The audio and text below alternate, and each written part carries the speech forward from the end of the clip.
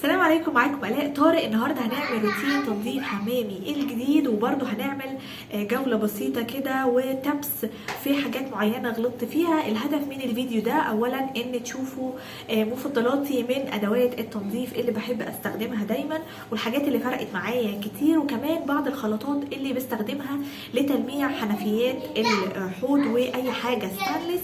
كمان هقول لكم عن بعض الاخطاء اللي اتعرضت لها وانا بعمل الحمام الجديد، فما تنسوش تعملوا لايك واشتراك، ويلا بينا نبدأ الفيديو مع بعض.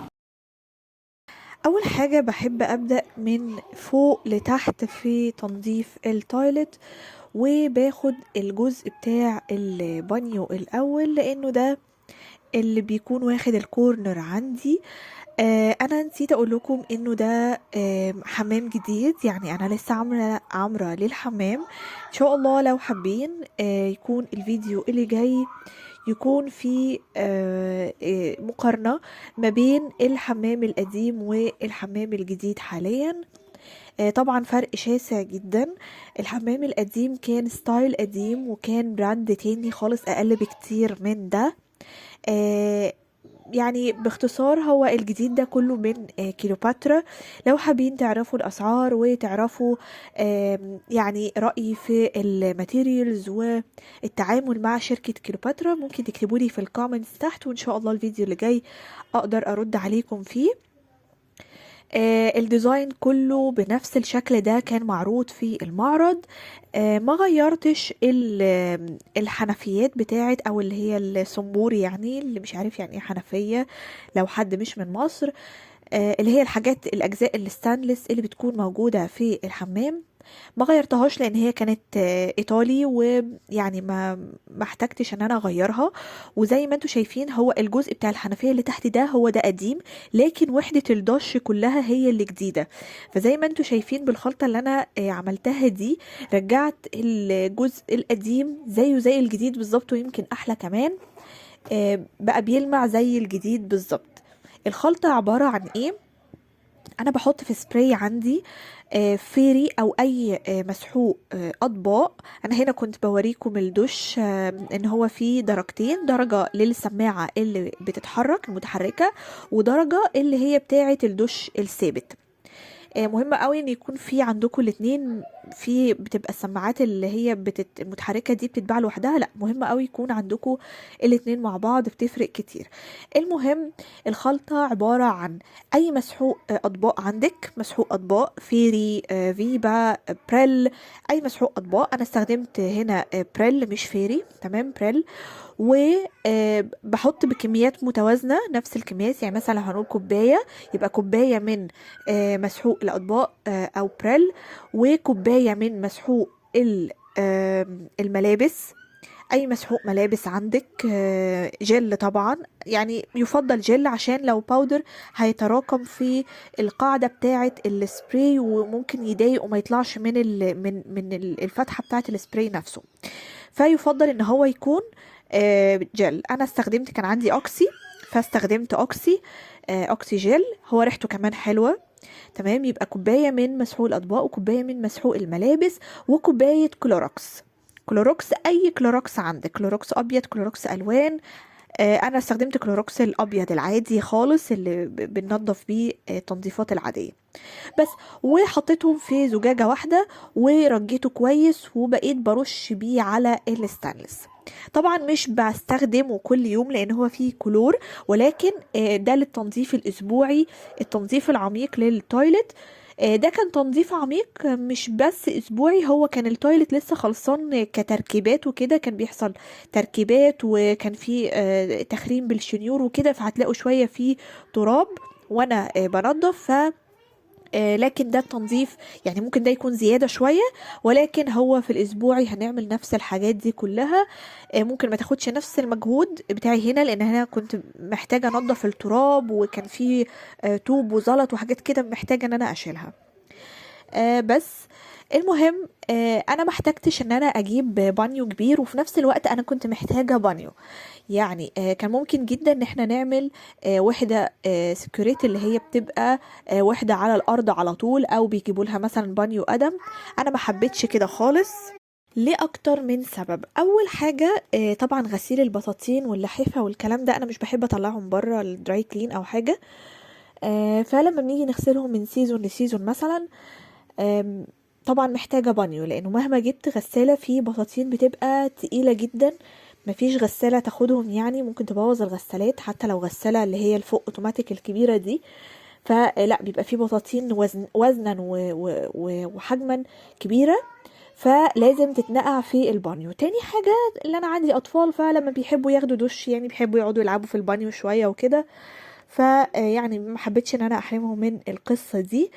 فانا كنت محتاجة بانيو، وفي نفس الوقت مش محتاجة بانيو كبير قوي ملهوش لازمة، هياخد مساحة على الفاضي ومش هيبقى شكله حلو. فحبيت اجيب البانيو الصغير ده، هو 70 في 120 بس، الاكبر منه بيبقى 170 كطول.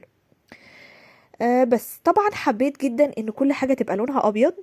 ان شاء الله لو حبيتوا ان زي ما قلت لكم اعمل لكم مقارنه ما بين الحمام القديم والجديد، واقول لكم الحاجات اللي حبيت ان انا اصلحها. حتى كمان انا غيرت في شكل الديكور نفسه، التنسيقات بتاعت حاجات الصحي في التويلت. فممكن ان شاء الله ابقى اعملها لكم في فيديو تاني. فما كانش لونه ابيض التويلت الاولاني، فعشان كده انا حبيت جدا ان انا اجيب تويلت لونه ابيض او اوف وايت، بس انا حبيت الابيض اكتر، بحس بيبان فيه النظافه اكتر. ومجرد ما بتعمليه بليفه وصابون، ده حاجه زي جنرال اسمه بريكس، هو زيه زي جنرال بالظبط، وريحته حلوه وبينضف حلو قوي برضو. ده بنضف بيه الحاجات السيراميك دي كلها، لان دي مش محتاجه ان احنا نحط فيها يعني ادوات تنظيف كتير، هي بتاخدش يعني تنظيف جامد.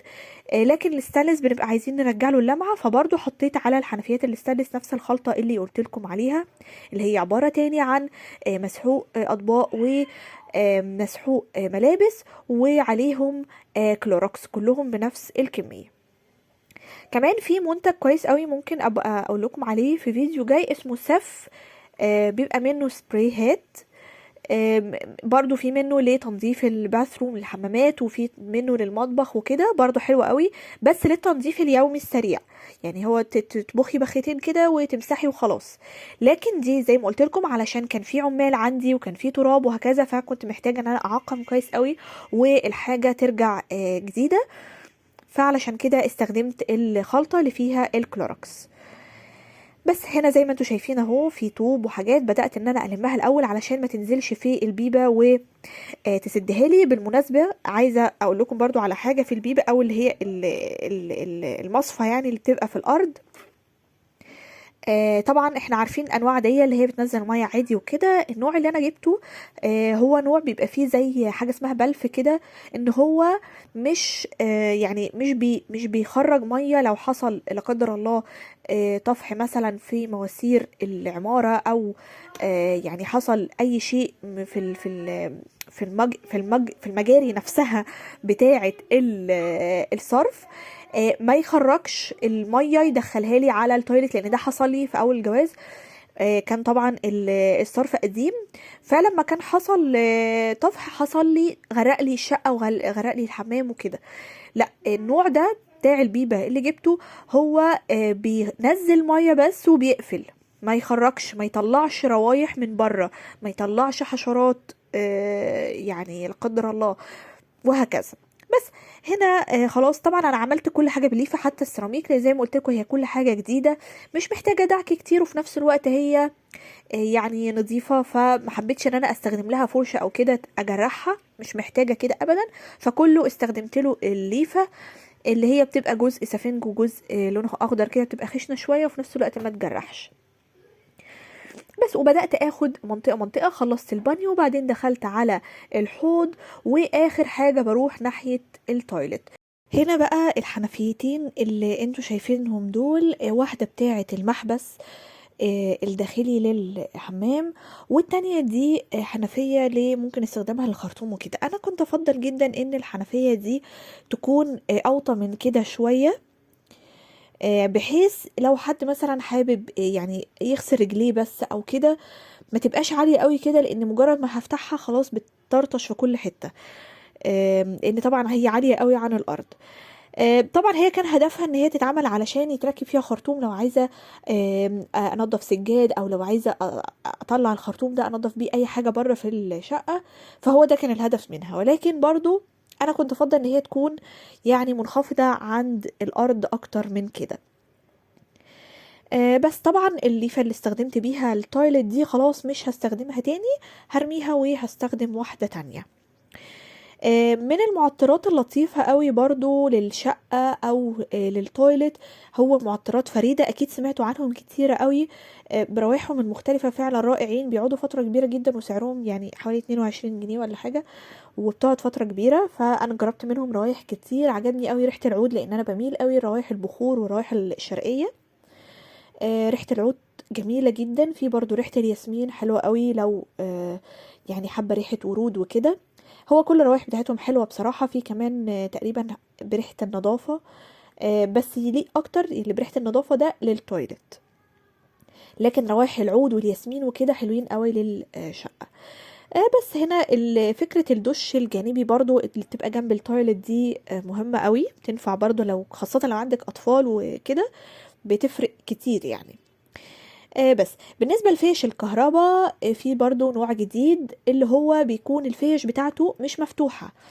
اولا اكثر امانا لو اطفال او كده ما يقدروش يدخلوا ايديهم فيها، وثانيا عشان لما يكون في ميه او كده الميه ما تدخلش جوه الكهرباء، هي بتبقى مقفوله، ولما بتيجي تدخلي الفيشه بتزقيها فتتفتح. تمام، يعني اكيد فاهمين قصدي. بس هنا بقى بدأت انضف كويس وعطر التويلت بعد ما خلصته. كمان انا في حاجات لسه ناقصه عايزه اجيبها، عايزه اجيب باسكت للتويلت يكون بيتفتح يتقفل، بس يكون يعني ستايله ولونه حلو بحيث يليق مع التويلت. عايزه بقى اخد رايكم في حاجه بالنسبه لي شباك التويلت. انتوا شفتوا اللون بتاعه دلوقتي، احنا محتارين هل المفروض يتغير ونعمله مثلا ابيض او يكون لون لايق مع التويلت، ولا هو كده لونه مش مضايق. هو لو تلاحظوا في تعريجات السيراميك فيها زي خط كده قريب من درجه الشباك، فاكتبوا لي في الكومنتس اذا كان الشباك كويس ولا الافضل ان احنا نغير لونه وستايله. العلاقه دي حلوه قوي قوي قوي وعمليه جدا زي ما انتم شايفين. يمكن الاجزاء اللي فيها دي مش كلها شغاله، ولكن الى حد ما عمليا هي ترفع لي المساحات والمكانس عن الارض. انا هنا كنت بشاور لكم انه لازم لما نيجي نخرم نكون عارفين كويس السباك مركب مواسير الصرف ومواسير الحمام ازاي، دي البيبه اللي قلت لكم عليها دلوقتي. ناخد بالنا عشان لما نيجي نخرم بالشنيور ما يدخلش في المواسير. فانا كنت بوريكم ان احنا كنا مصورين اصلا والسباك شغال رسمة المواسير هي كانت منخفضة عن كده، فلما جينا حطينا العلاقة دي عليناها لفوق شوية. هي حلوة وعملية. ده الشباك اهو زي ما انتم شايفين، ده جزء كان سوليتيب كده نوعه قوي شوية فلزق، فده محتاج يبقى يدعك في وقت لوحده بس. وزي ما انتم شايفين اهي الحنفيات شايفين بتلمع ازاي، رجعت زي الجديده ويمكن احلى بالظبط. يعني دي جديد وحده الدش جديده والحنفيات دي قديمه، بالخلطه رجعت بتلمع تماما. الهدف من الفيديو ده زي ما قلت لكم في الاول هو بعض المعلومات. نوع الحوض اللي انا جبته ده حوض معلق، للاسف السباك لما ركبه يعني ما ظبطش شويه، فالكوع الوحده اللي تحتيه دي ما لزقتش فيه كويس. تمام، ولكن يعني هو الحوض المعلق افضل بكتير من اللي بيبقى عمود لحد الارض، بيبقى متعب شويه ومش عملي. وكمان المعلق ده ميزته انه ممكن نعمل تحته وحده معلقه دولاب يتحط فيها المنظفات او الشامبوات او كذا فيما بعد ان شاء الله. كمان المرايه دي كنت جايباها من فتره كبيره جدا جدا من ايكيا، كانت وقتها ب 200 جنيه يعني كان قبل التعويم وكده، معرفش دلوقتي بقى سعرها ايه. هي جزء منها مرايه عاديه والجزء التاني زي عدسه مكبره يعني. اوكي، بس وهو ده الحمام الجديد بتاعي. لو حابين تعرفوا اي تفاصيل زي ما قلت لكم اكتبوا لي في الكومنتس تحت، وان شاء الله هرد عليكم واقول لكم على كل التفاصيل. وما تنسوش كمان تقولوا لي رايكم في لون الشباك زي ما قلت لكم، هل نسيبه زي ما هو كده وشكله مش مضايق، ولا الافضل ان احنا نغيره، ولا في نوع ستيكر يكون ضد الميه ممكن نحطه. يعني اكتبوا لي اراء كده علشان نقدر نحدد، لان احنا محتارين بصراحه هل نسيبه لايق عادي ولا لا. كمان لو حابين اعمل لكم مقارنة من الحمام القديم انا طبعا مصوراه وما بين الحمام الجديد، ما تنسوش بقى تعملوا لايك واشتراك وتفعلوا الجرس علشان لما ننزل فيديوهات جاية ان شاء الله تبقوا متابعين معايا كل جديد. وزي ما قلت لكم ما تنسوش تكتبوا لي في الكومنتات ارائكم عن الشباك، ولو حابين تعرفوا اي تفاصيل. بالمناسبة دي الفواطة عبارة عن مش استانلس، حاجة زي عاج كده تكون لايقة اكتر ولونها لايق اكتر. ودي المفاتيح الجديدة اللي قلت لكم عليها. افكار الديكورات دي كلها زي ما قلت لكم هعملها لكم في فيديو منفصل. اتمنى يكون الفيديو عجبكم واستفدتوا من حاجة، وما تنسوش تكتبوا لي في الكومنتس كل الاراء. وشكرا انكم اتفرجتم لحد كده، وتابعوني الفيديوهات اللي جاية. شكرا ليكم، سلام عليكم.